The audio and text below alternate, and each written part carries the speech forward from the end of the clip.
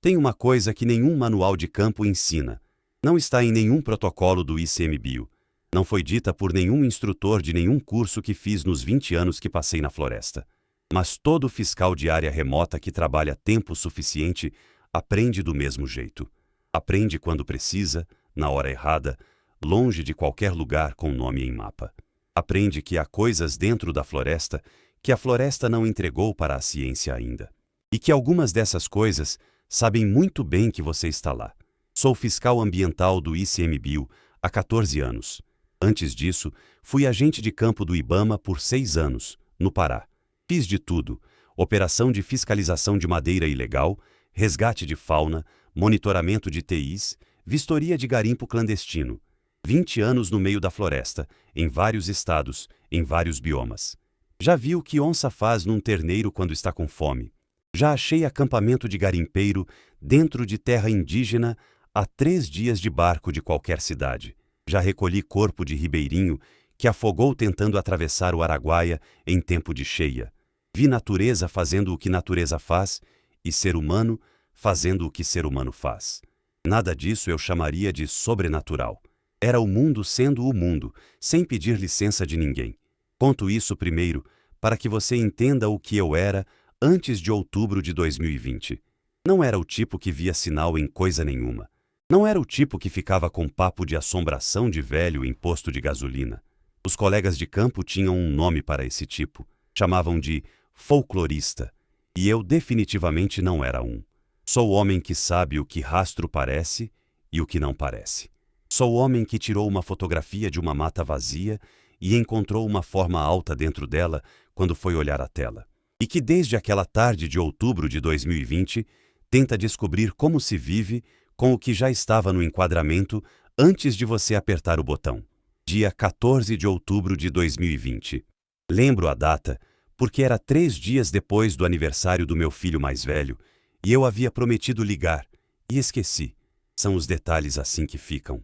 O chamado chegou por volta das 3 da tarde. Um homem chamado Dirceu Pavan, 41 anos, pesquisador autônomo contratado por uma ONG de conservação, havia saído para uma expedição de 6 dias de coleta botânica na área de proteção ambiental do Alto Suiá-Missu e não havia voltado no prazo. A irmã havia ligado para a ONG havia ligado para nós. O nome dela era Mariana. Mariana Pavan, 38 anos, professora. Havia dirigido de Sinop até o ponto de apoio sozinha porque, disse ela, tinha um pressentimento. O tipo de pressentimento que não se explica para ninguém, sem parecer louco, mas que é mais claro do que qualquer coisa que você consegue ver com os olhos. O carro de Dirceu estava no pátio do posto de apoio. Uma Hilux prata, travada, a mochila de campo encostada na lateral da caçamba, como se ele tivesse parado para pegar alguma coisa e fosse voltar num segundo. A APA do Alto Suiá-Missu não é área pequena. São quase 200 mil hectares de mata de transição entre Cerrado e Amazônia, um dos poucos corredores ecológicos ainda funcionando no norte do Mato Grosso. O sistema de trilhas é precário. A maior parte foi aberta por pesquisadores e indígenas ao longo dos anos e não tem manutenção regular. Se você sai da trilha principal, some dentro de meia hora. O terreno é traiçoeiro, cheio de grutas fundas que a vegetação esconde. E o rio Suiá-Missu e seus afluentes cortam tudo em ângulos que não aparecem em mapa nenhum com precisão decente. Fui designado com uma colega mais nova, Raquel Fonseca. Raquel tinha 4 anos de ICMBio. Era boa de campo, o tipo que leva o trabalho a sério sem fazer disso a própria personalidade. Chegamos ao ponto de apoio às 6 da tarde. Pôr do sol era perto das 6h30. O plano era entrar 2 quilômetros pela trilha principal, montar acampamento no primeiro ponto de pernoite estabelecido e começar a busca real ao amanhecer. Procedimento padrão. Busca noturna em mata fechada só multiplica o problema. A trilha principal segue o curso do rio por uns 4 quilômetros antes de começar a subir em direção ao divisor de águas. No primeiro trecho, o caminho é bom. Chão de areia fina, margem do rio à esquerda, mata não muito fechada. No escuro do começo de noite, dava para caminhar sem lanterna por causa da lua que estava quase cheia. Armamos o acampamento num trecho plano onde havia sinal de uso anterior, cinzas velhas de fogueira, galhos arrumados como banco, o tipo de coisa que pesquisador deixa quando vai e volta muitas vezes. Raquel fez macarrão instantâneo com sardinha. Conversamos sobre o plano de busca para o dia seguinte. Não falamos sobre Dirceu porque ainda não havia nada a dizer. Ele era um nome e uma mochila encostada numa caçamba. Você coloca rosto em alguém quando encontra. Esse era o plano. Acordei por volta de meia-noite sem saber por quê.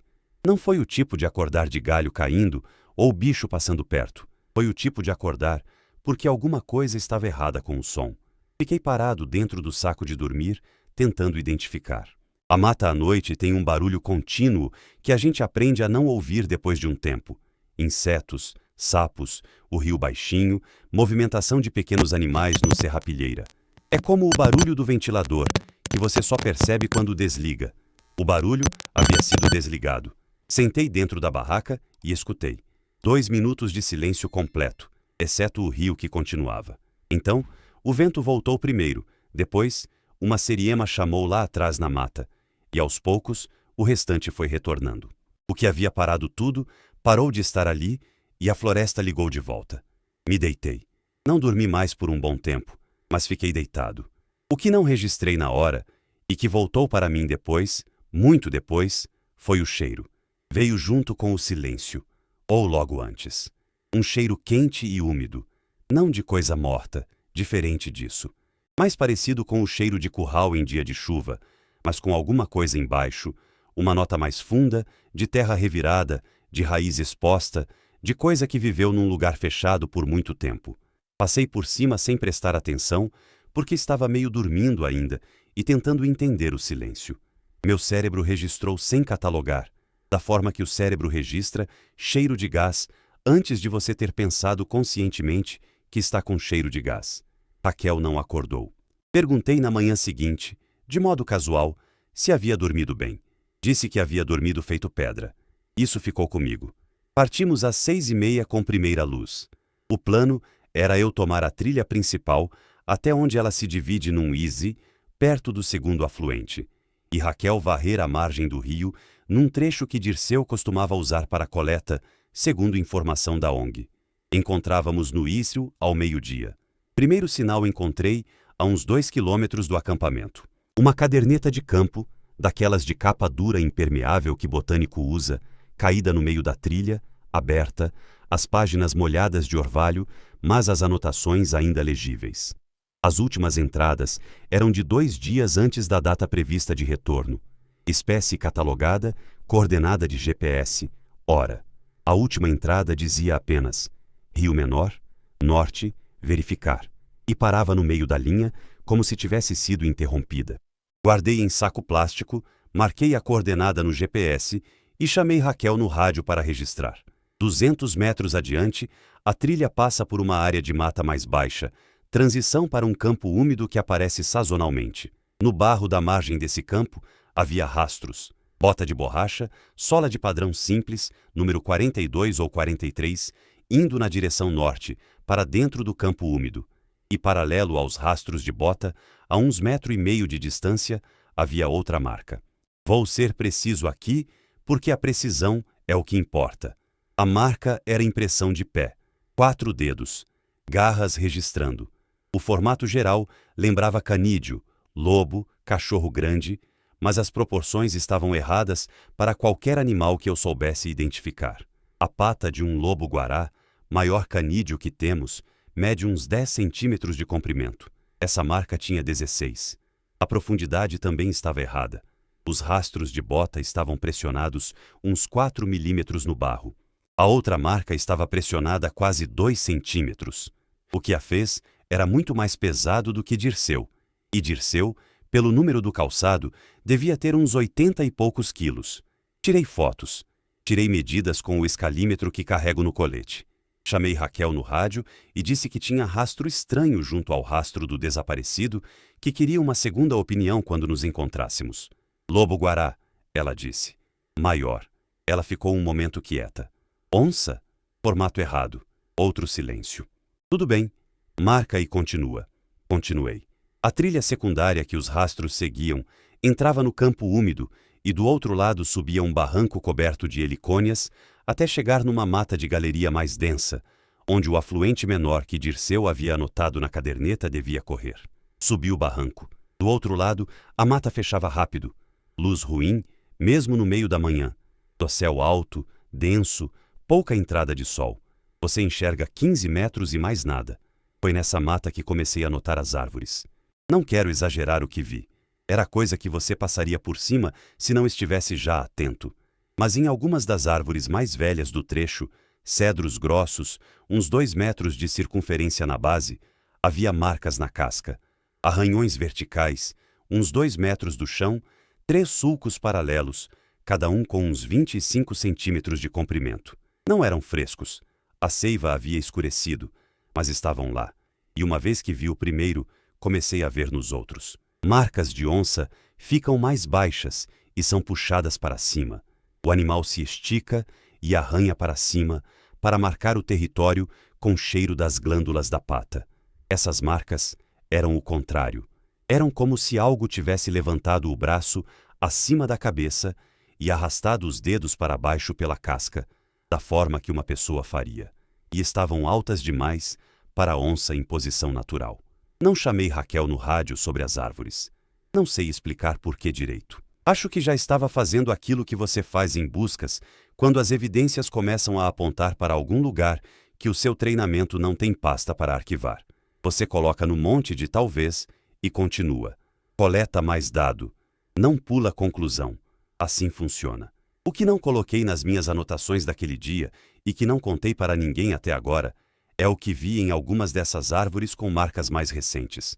A casca não estava só arranhada. Em alguns pontos, estava raspada limpa, em placas, expondo o câmbio úmido por baixo.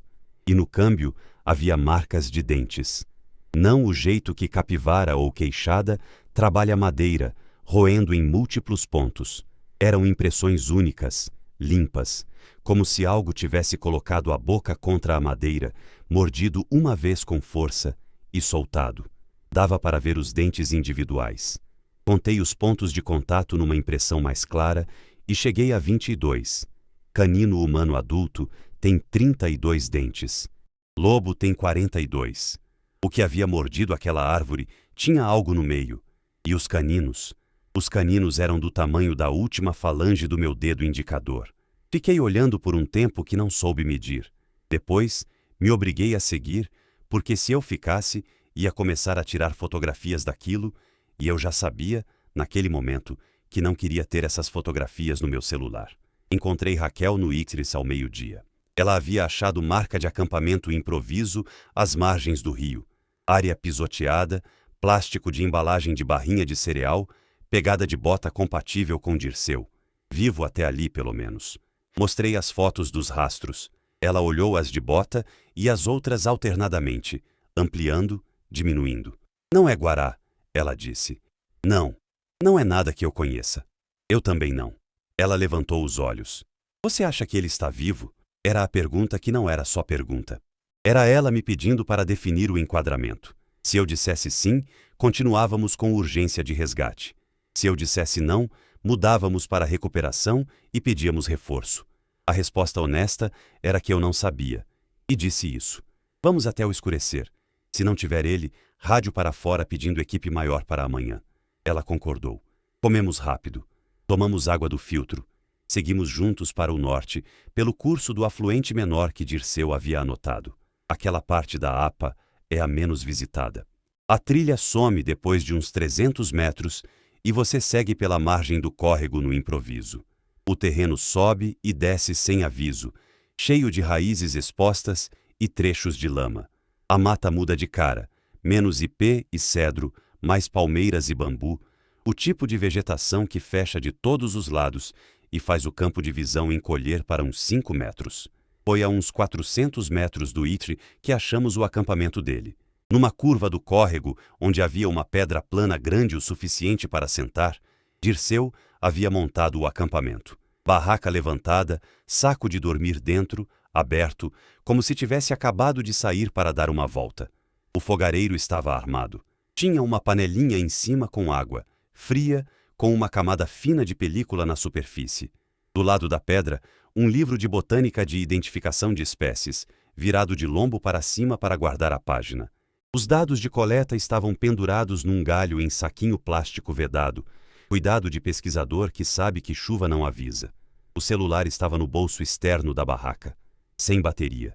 O que não estava era Dirceu, e o que também não havia, e foi isso que me parou, era sinal de perturbação. O chão em volta do acampamento não estava revirado. A barraca não estava rasgada. O saquinho de comida pendurado no galho, a uns 8 metros de altura em amarração, que qualquer pesquisador de campo aprende a fazer para guardar de onça e queixada, estava intacto. Se alguma coisa havia levado Dirceu, não havia levado brigando. Raquel ficou parada na entrada do acampamento. Ele saiu achando que voltava logo, ela disse, como a mochila na caçamba. Exato. Fiz a varredura em círculo a partir do acampamento, alargando aos poucos. A uns 12 metros no lado do córrego, num trecho de lama entre as raízes de uma figueira, havia rastro de bota saindo do acampamento em direção à mata mais densa, subindo a margem. E a uns 2 metros do rastro de bota, paralelo, a mesma marca grande de 4 dedos que havia encontrado de manhã. Os 2 rastros descendo juntos pela margem. Chamei Raquel. Ela olhou. Não disse nada.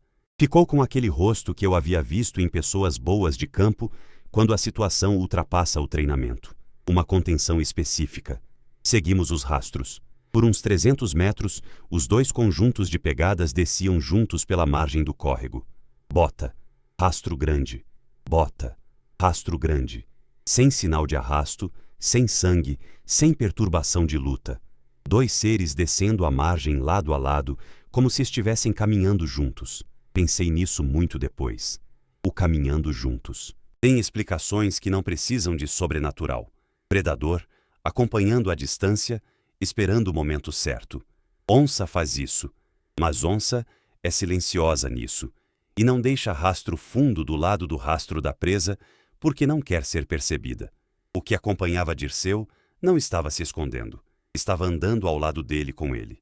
Os rastros terminaram numa pedra larga que cruzava o córrego de margem a margem. Do outro lado, os rastros de bota continuaram por uns 20 metros, subindo a barranca, depois entraram num trecho de areia fina e pararam.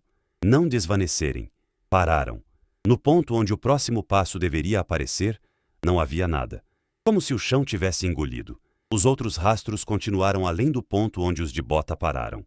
3 impressões mais subindo a barranca, depois se perdendo no serrapilheira, onde nada rastreja bem. Raquel ficou parada no ponto onde os rastros de Dirceu terminavam. Ficou quieta. Depois disse baixo. Ele sumiu no meio do passo. Parece isso. Ela me olhou. Você acha que ele foi carregado? Levantado? Eu havia tentado não pensar assim. Ela havia pensado primeiro. Por quê? Eu disse isso em voz alta sem querer. Ela olhou para os rastros grandes, para o tamanho deles, para a profundidade. O sol estava baixando rápido. Estávamos longe do acampamento, longe do posto de apoio, longe de qualquer coisa com nome em mapa. Precisamos chamar reforço agora, antes de perder sinal, eu disse. Ela concordou com a cabeça. Tirou o rádio. Foi quando ouvimos. Veio de cima da barranca, na direção de onde havíamos vindo. Um som que vou tentar descrever e provavelmente não vou conseguir com justiça. Não era rugido, não era uivo, não era nada do catálogo de sons que tenho nome para dar. O mais perto que consigo chegar é o som de motor a diesel grande em marcha lenta. Aquela vibração grave que você sente no peito antes de ouvir com o ouvido. Mas tinha garganta naquilo. Tinha tecido vivo produzindo aquele som. Durou uns 5 segundos. Depois parou. A floresta parou com ele. O mesmo silêncio da madrugada anterior. Sem inseto, sem pássaro, sem o vento nas copas. Só o córrego e o barulho do sangue no meu próprio ouvido. Raquel e eu não nos movemos. Não foi decisão. As pernas simplesmente não receberam ordem para se mover. A parte do cérebro, que é mais velha do que linguagem, assumiu o comando, e essa parte disse: fica quieto, não se mexe, espera. Uns 30 segundos. O vento voltou primeiro. Uma fruta caiu de alguma árvore alta e bateu no chão com um estalo. A floresta começou a ligar de volta. Raquel me olhou. O rosto dela estava branco. Ela disse apenas: vamos. Sim, agora. Não corremos porque correr em mata fechada no fim de tarde é jeito de torcer o tornozelo num buraco que a vegetação escondeu. Com o tornozelo torcido, a 4 horas de caminhada de qualquer coisa com nome, com esse som atrás, nenhum dos dois queria estar. Mas andamos. Andamos rápido quanto deu para andar com cuidado. E não falamos. E não olhamos para trás. E não havia nada atrás de nós. Pelo menos nada visível. Quero falar do frio, porque o frio é parte da história. A temperatura quando havíamos saído do acampamento de Dirceu era uns 28 graus, calor normal de outubro no Mato Grosso, úmido, pesado. A temperatura quando cruzamos de volta o córrego na Pedra Larga era, pelo meu relógio com termômetro embutido, 11 graus. 11. Uma queda de 17 graus em menos de 1 hora, sem frente fria, sem mudança de vento, sem nenhum sinal de tempo.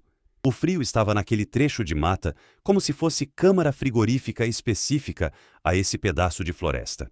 Quando subimos de volta para o Idzin e depois pelo campo úmido em direção ao acampamento, o calor voltou. Ao meio do caminho de volta, meu termômetro marcava 26 graus.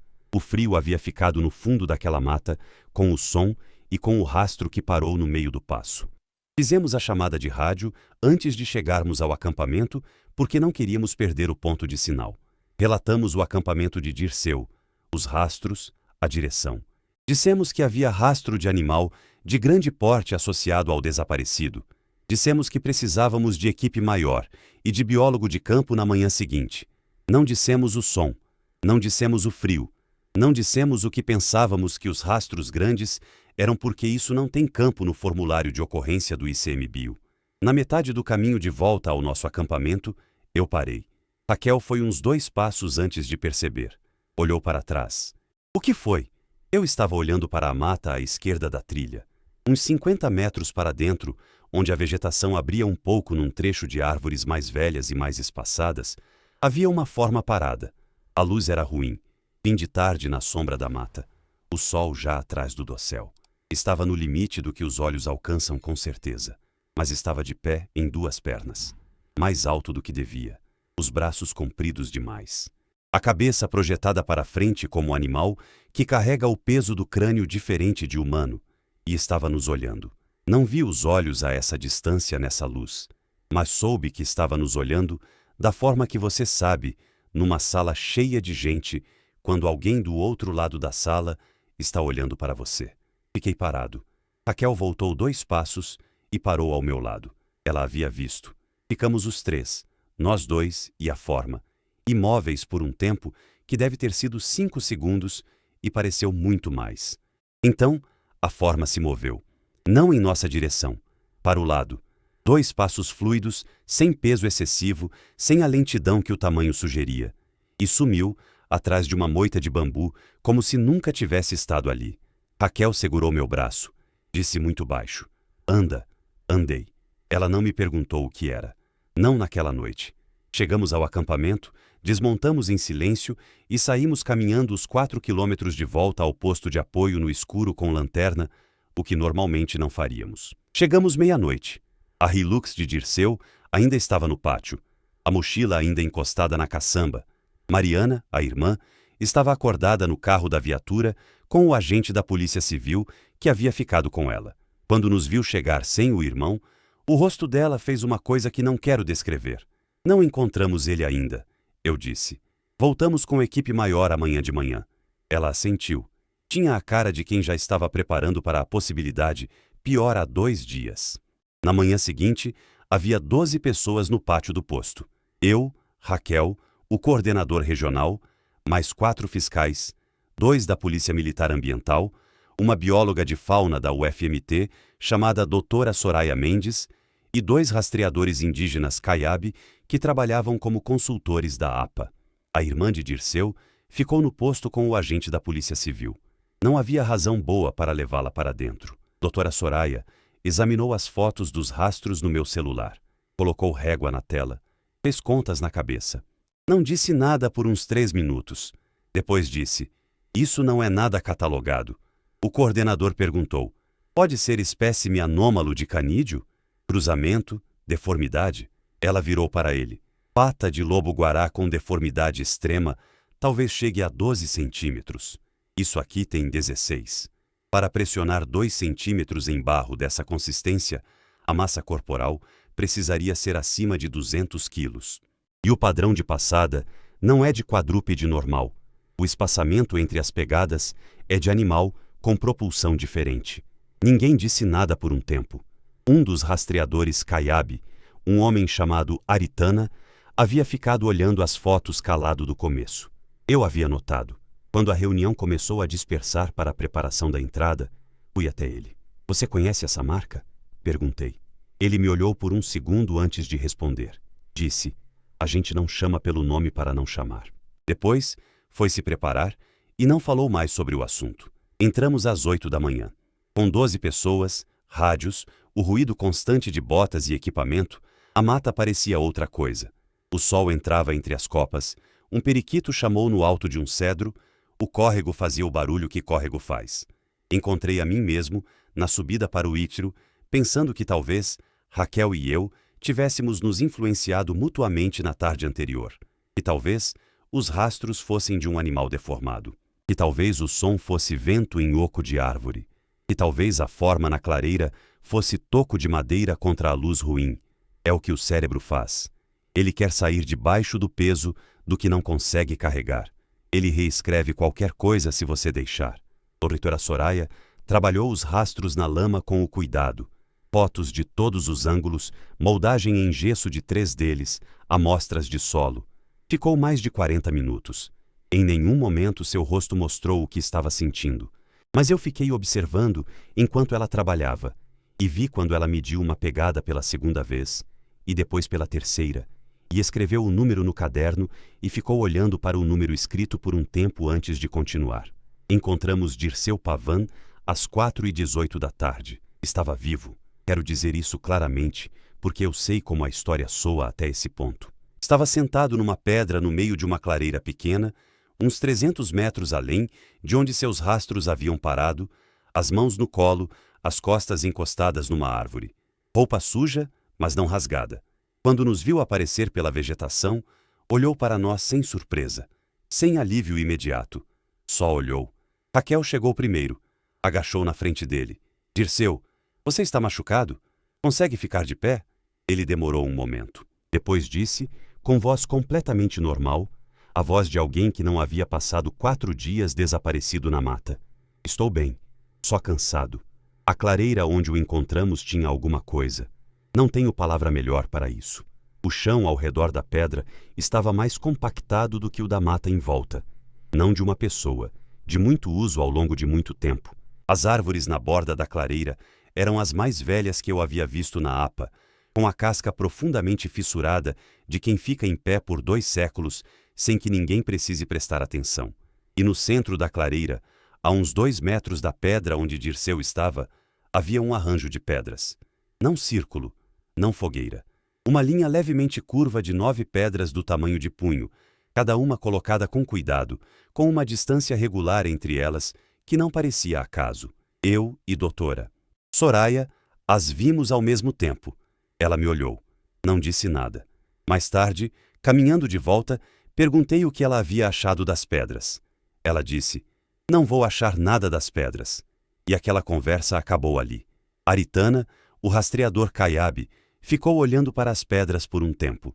Depois, virou de costas e ficou de vigia enquanto os outros cuidavam de Dirceu. Não olhou para as pedras de novo. Fizemos a caminhada de volta. Dirceu andou sob o próprio peso, ritmo constante, sem pedir água. Fui ao lado dele e disse, Dirceu, me conta o que aconteceu. Ele pensou por um tempo real.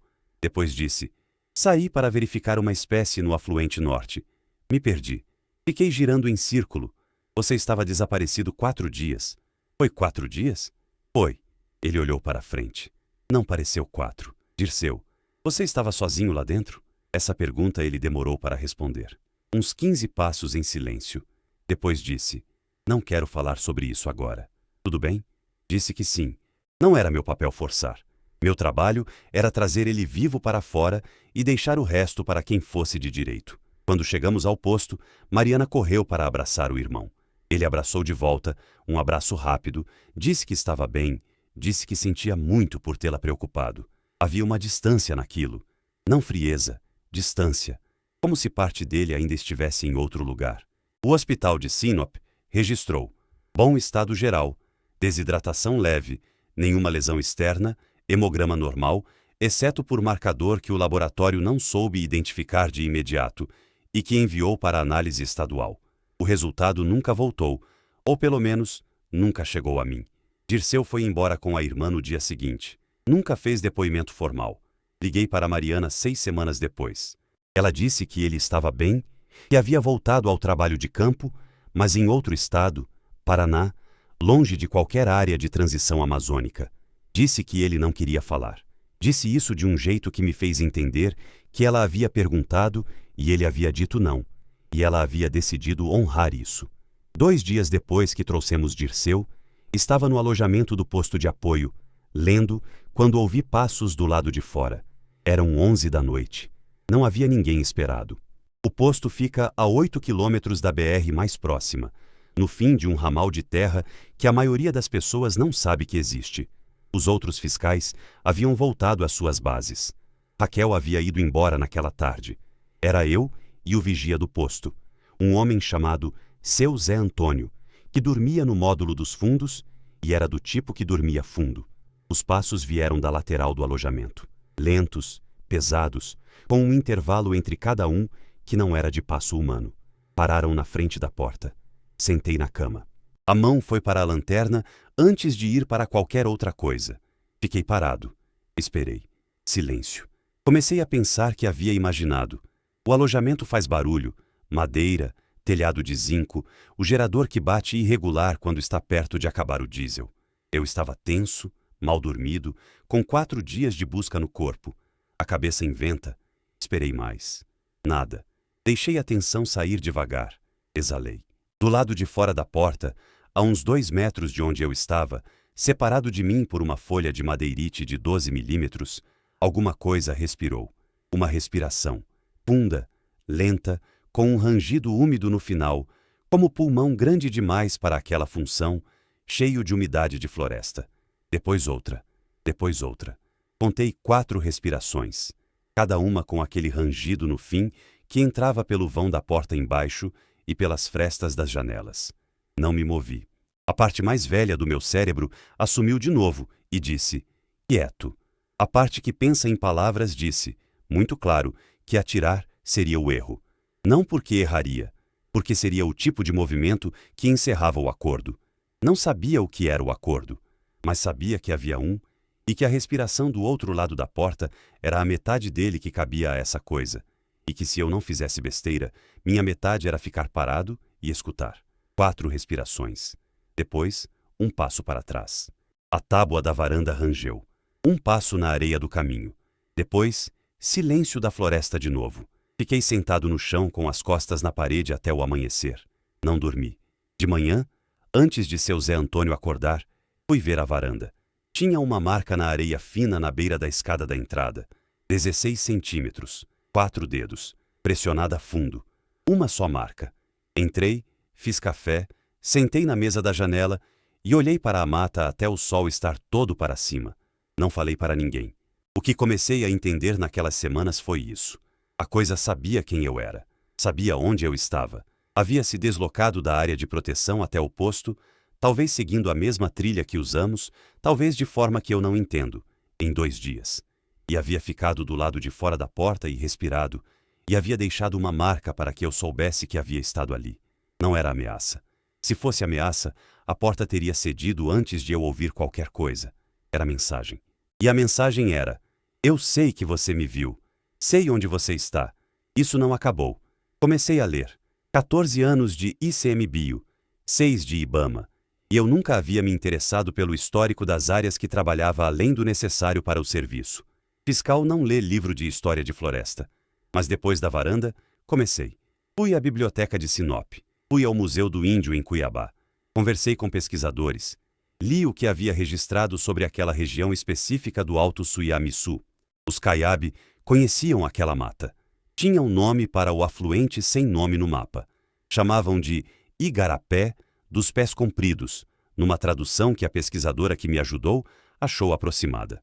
Os relatos coletados por etnólogos nas décadas de 60 e 70 descreviam seres altos, com feição de animal, mas postura de gente que viviam nas matas de transição e tinham acordo antigo com os grupos que usavam aquele território. O acordo era simples.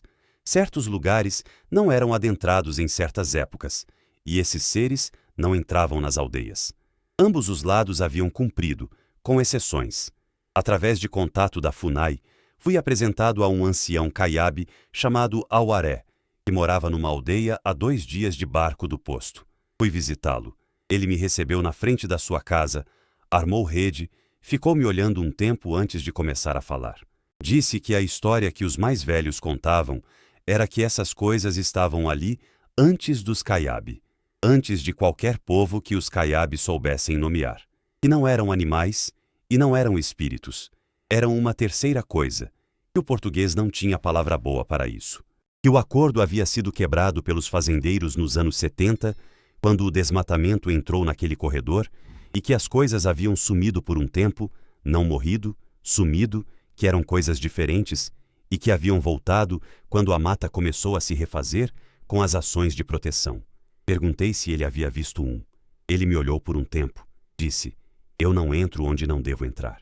Perguntei o que eu devia fazer com o que havia acontecido comigo. Ele ficou quieto. Depois disse, você ficou parado quando precisava ficar parado. Já fez a parte que era sua.